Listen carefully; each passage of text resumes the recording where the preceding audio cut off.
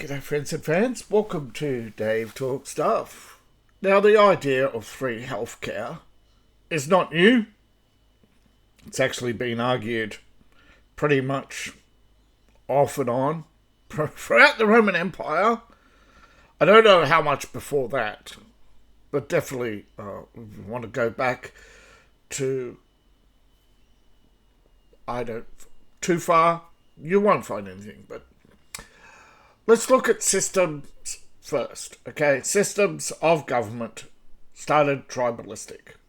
Times where it was easier to have rights then, because if you didn't like how your community treated you, you only had to go beyond the hills or hunting grounds to get away from your people. In fact, this is where probably I know in Australia it's called walkabout. In many cultures it sort of exists, but not to the extent of Aboriginal walkabout. This is where you go find yourself. Go find out who you are and where you belong in society. And when you come back, you have clarity. Now, there are many reasons for this. And the main reason is most people can't take care of themselves. I think that's the most you figure out what you can and can't do on your own, and you go back to fill in all those can'ts. And healthcare is one of our biggest cannot do on our own.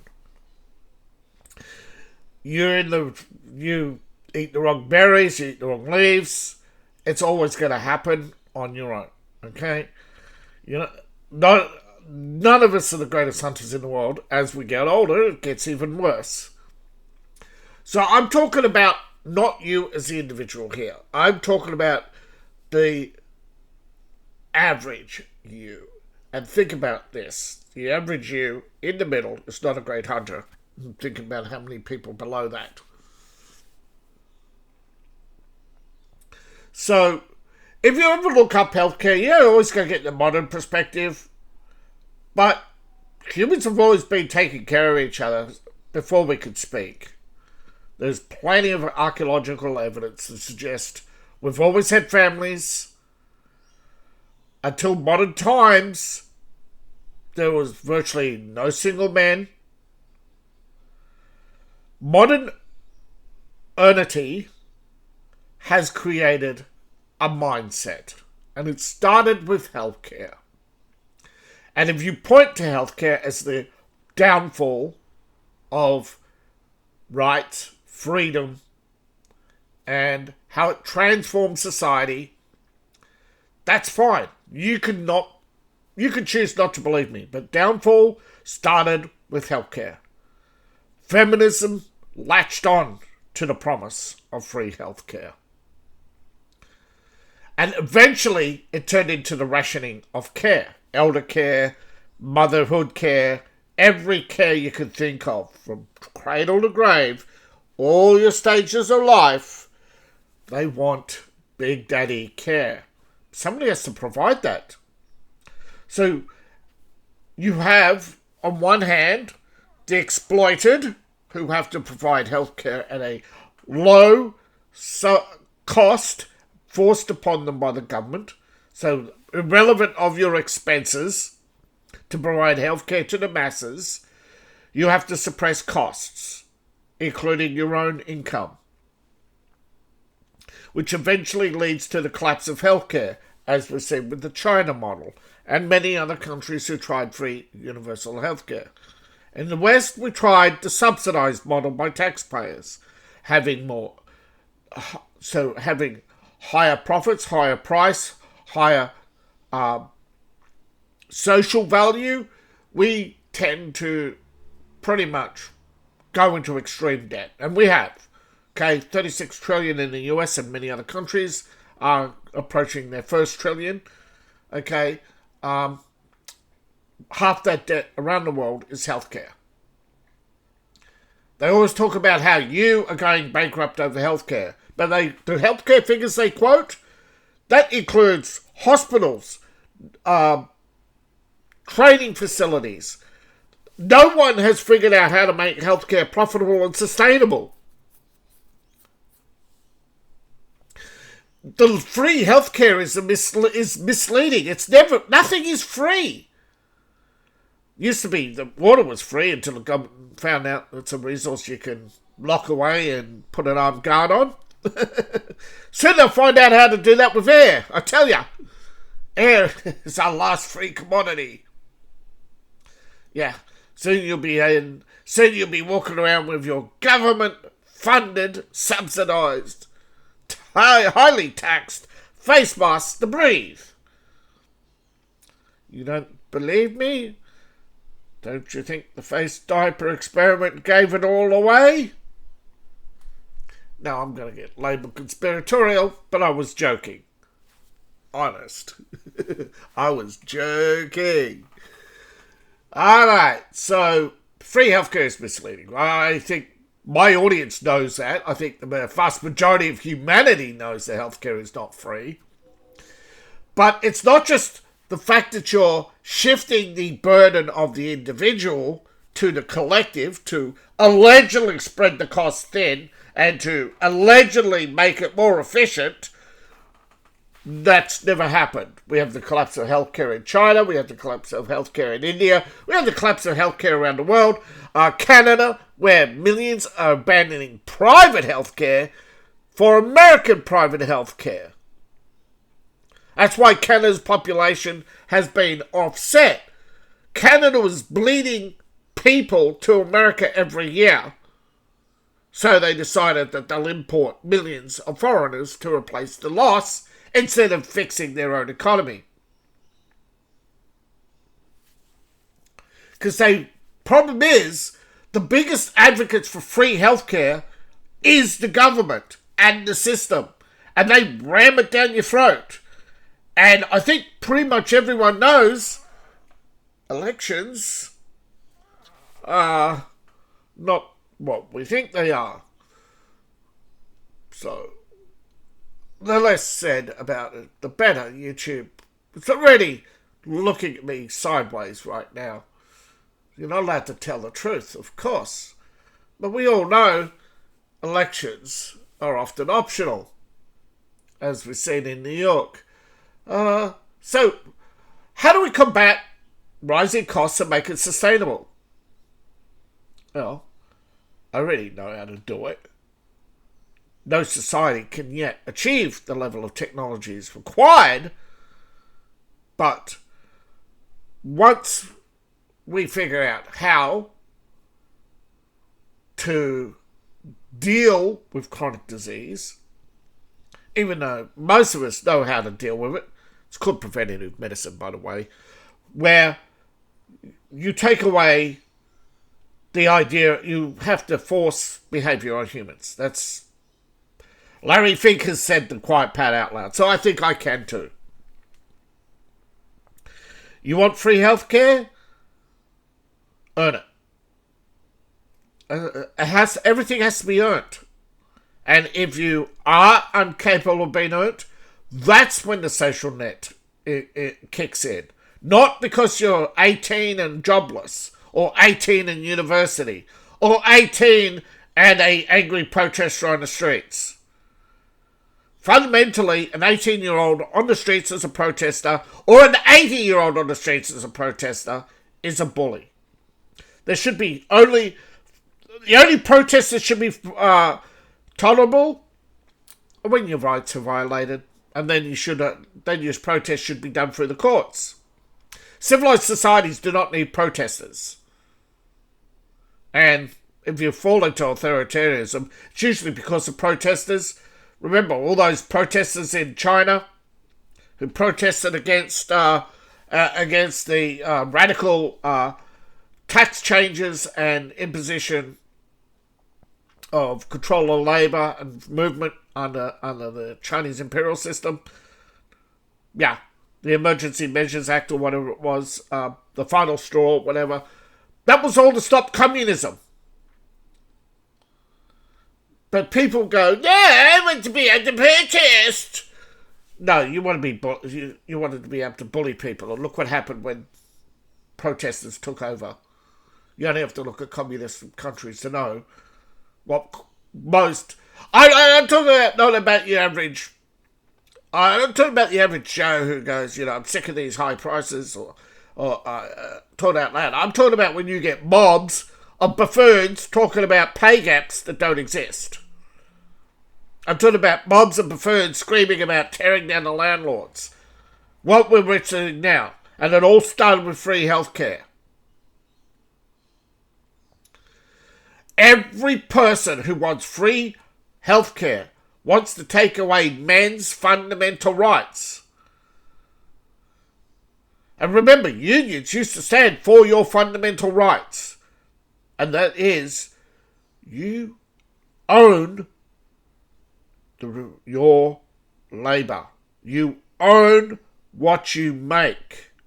Now, a labour contract is different. That is when you are assigning ownership to the provider of material in return for the immediate wage. And that's the fundamental immediate wage. You have to be able to be paid on the day. And once upon a time, that was a fact that you left the factory paid. Banking kicked in, and then you started having the weekly wage. Some countries tried to go to the monthly wage. They managed to do that with some jobs and some professions, but most of that has been still resisted. Despite universal healthcare, many still pay through the nose because it's unsustainable. The unproductive will take every freebie they can and just sit there. There have been, and instead of controlling their weight, there are some people who are in perfect health and twice the normal body weight. Others are unhealthy at 1.1. No one has an answer for why some people are systemic and have chronic disease. Although prevention does seem to be 99% of the cure. It's that. But if we can bring it down a couple of notches, we've solved the healthcare crisis. But we can't stop women bringing their babies to hospitals to get the toenails clipped or bathed. We can't stop chronic abusers of the healthcare system because fundamentally large groups of protesters will turn out and make everyone's life miserable, aka bullying you into wasting billions of dollars providing healthcare to refugees, even though they're not our responsibility. No, this idea of universality, this commonality, all starts with universal healthcare. Once you get beyond healthcare, you have a social shift to housing, right? The homeless in Britain weren't housed, but they housed all the refugees in hotels, not for days, but for weeks, for months, sometimes years. They provided healthcare, food, everything. No government-run system is sustainable or profit. It leads to lower quality of care, limited innovation, longer waiting times for treatment because every man and his dog are going to cough, are going to sniffle. They have no self-awareness. Once you take away the agency to take care of yourself, you think, oh, I can't take care of myself, so now I've got a carer who washes my hair.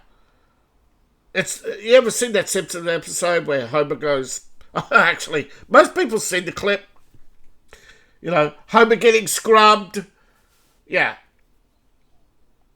You all seen the clip. People use it all the time in previous debates about healthcare. I think that's an exaggeration, but it's not far off the mark. When you take away the agency to work, now, initially the dole, or whatever you want to call it, unemployment benefits, did not take away the agency to work for men. It took it away from women.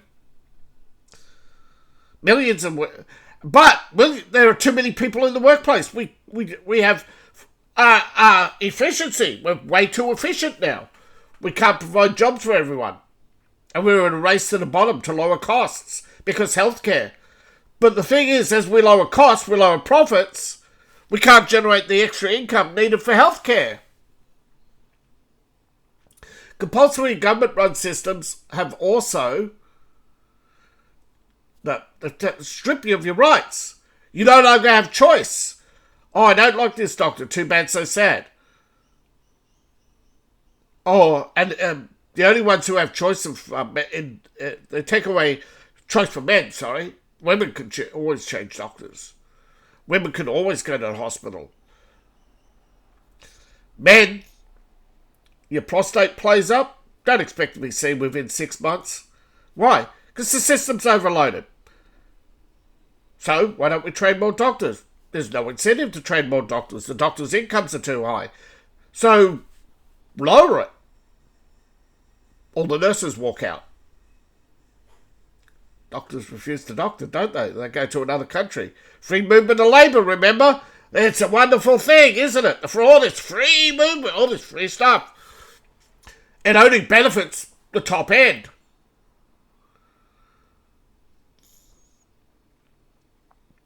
Once the increasing costs of healthcare spiral, which we're seeing in China, the problem is, when you take profit out of the system, you can't sustain free healthcare. What a shock. Once you run out of taxpayers, China, you can't sustain healthcare. What a shock. So why don't we go back to, say, Babylon? The earliest first laws, the Hammurabi Code, worked for 1,000 years, allegedly. The problem is you have to sustain a large army to do it, and look what happened to the glorious green that Babylon used to be. You can't point to that glorious green anymore. Why? Well, that large army stripped all the green they could. Although technically you could argue the population of Iraq is now bigger than that of the Babylonian era, but that's because they found a resource to trade for food.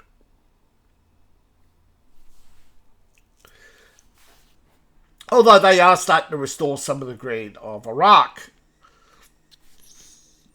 So when people skip healthcare and start to think it's free and not take care of themselves, putting more burden on the healthcare, the long-term consequences is you have more unproductive than productive.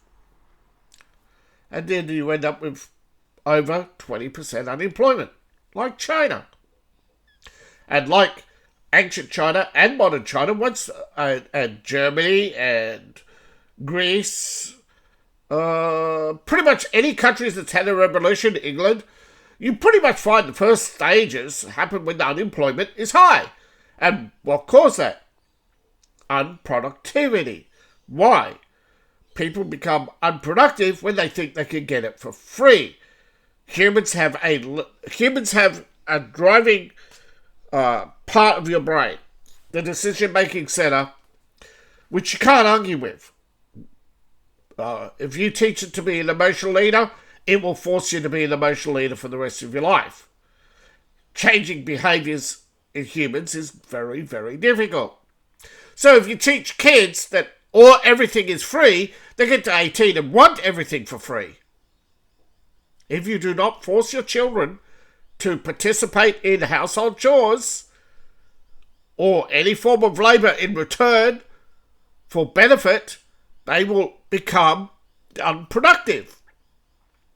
So why are we overproductive if we have so many unproductive people? Ta-da! The robot. Not a new concept, by the way. Clockworks date back to ancient Greece. Forget that Arab guy in the desert. His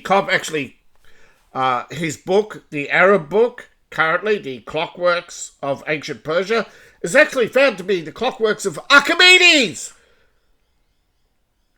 They even have hand drawings that are directly copied from the book of Archimedes. But because so many people in the West don't even recognise the name anymore, except from that silly character in that silly Indiana Jones, that movie that one time. Archimedes is actually the inventor of the clockwork gear. And clockworks primarily, though, leverage and that and many other concepts may have been individually practiced, but his clock, the water clock, yeah. Now, the economic impact of the private sector was to provide a outlet for human greed. But, of course, two people working separately in separate homes, someone said, no, let's knock down the wall and we have a factory, we can fit 2 more people in. So, and then from the birth of the overseer, which is way back to ancient times, all the way through. But then, bigger factories until factories are now the size of a small town, and owned by a handful of individuals, the concentration of power and wealth. You now have those who go, no, I wanted to own a factory too. So we can't find that economic middle ground between low cost and being able to subsidise the 3 essentials of society: military, education, and healthcare. Everything else we can provide ourselves, almost. Military, you against the invading army. This ain't a video game, bro. They got heroes too.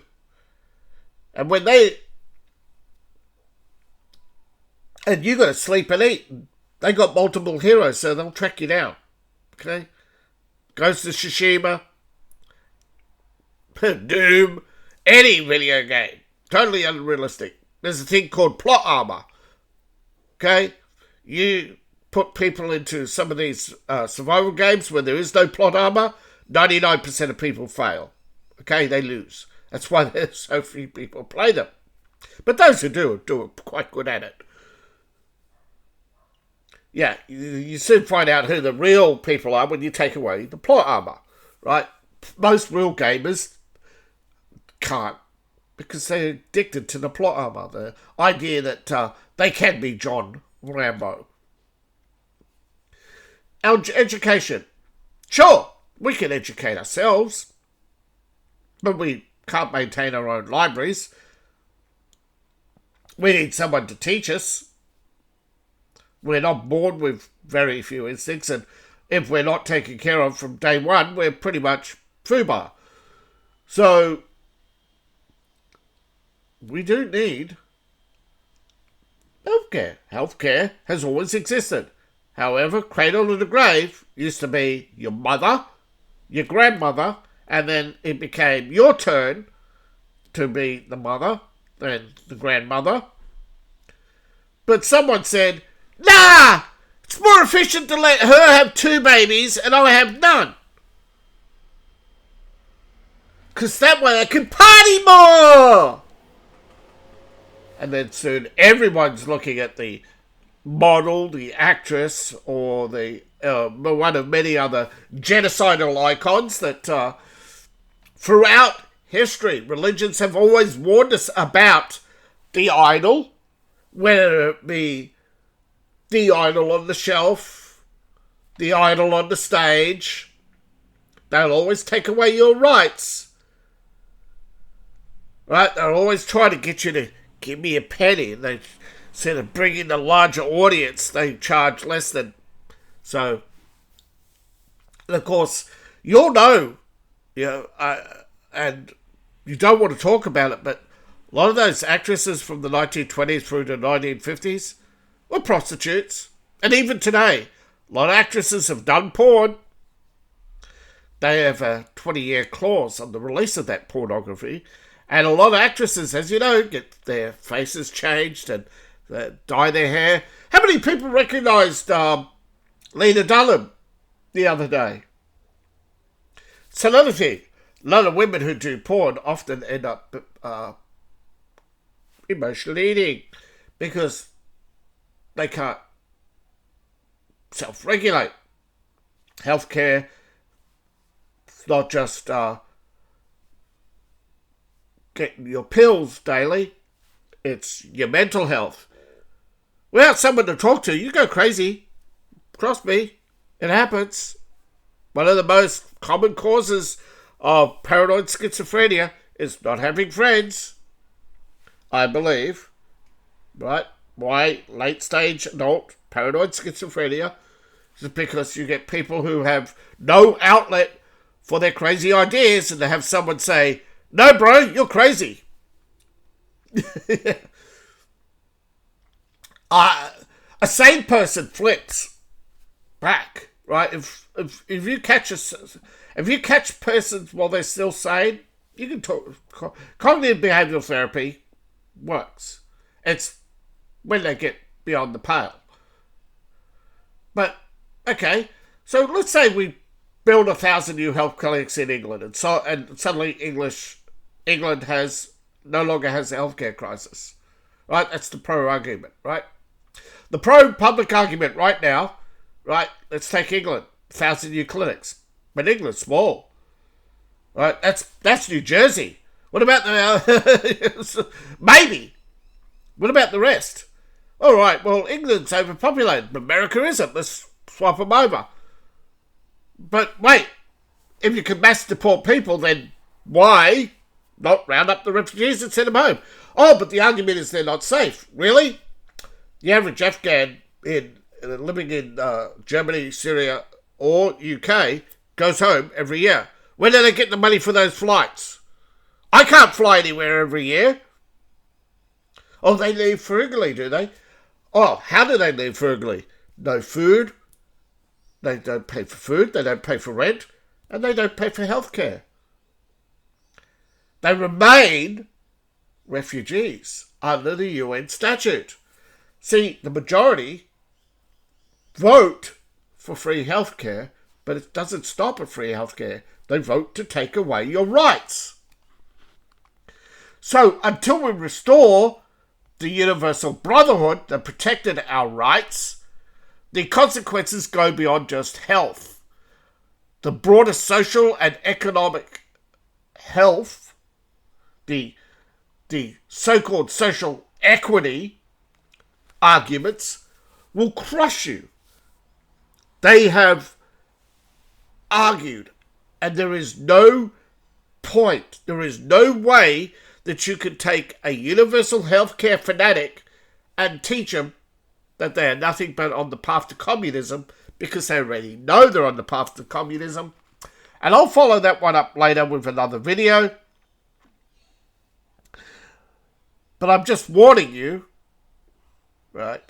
The healthcare is not the end of the advance to take away your rights and your fundamental right to own what you make, to take away.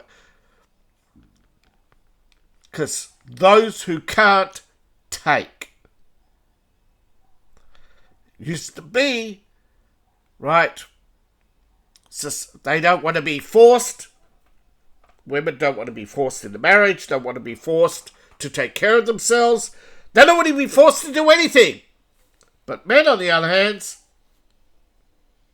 yeah, unwanted, even though now unwanted attention. You wonder why women put on extra layers of clothes and big baggy and then go to the office and take it all off? Because they don't want the attention. There is something fundamentally wrong. And again, that comes down to healthcare. No one told these paranoid schizophrenics that they're wrong or crazy or insane. They're all telling each other every day how right they are. And that creates the mindset of perfection, and that is the most dangerous of them all. Right? The Mao effect. The mindset of perfection. Just writing that down to, as I think there's enough material there. So yeah, that's why its downfall of society starts with free healthcare. And of course, as society goes down, there goes men's rights. So, sorry, that was just my notes on the screen. Thank you all for watching. Please like, share, and subscribe, and all that fun stuff. And please support the channel. You can support me on Patreon, Ko-Fi, buy my books, buy my merch. Appreciate each and every one of you. See you in the next video. Bye for now.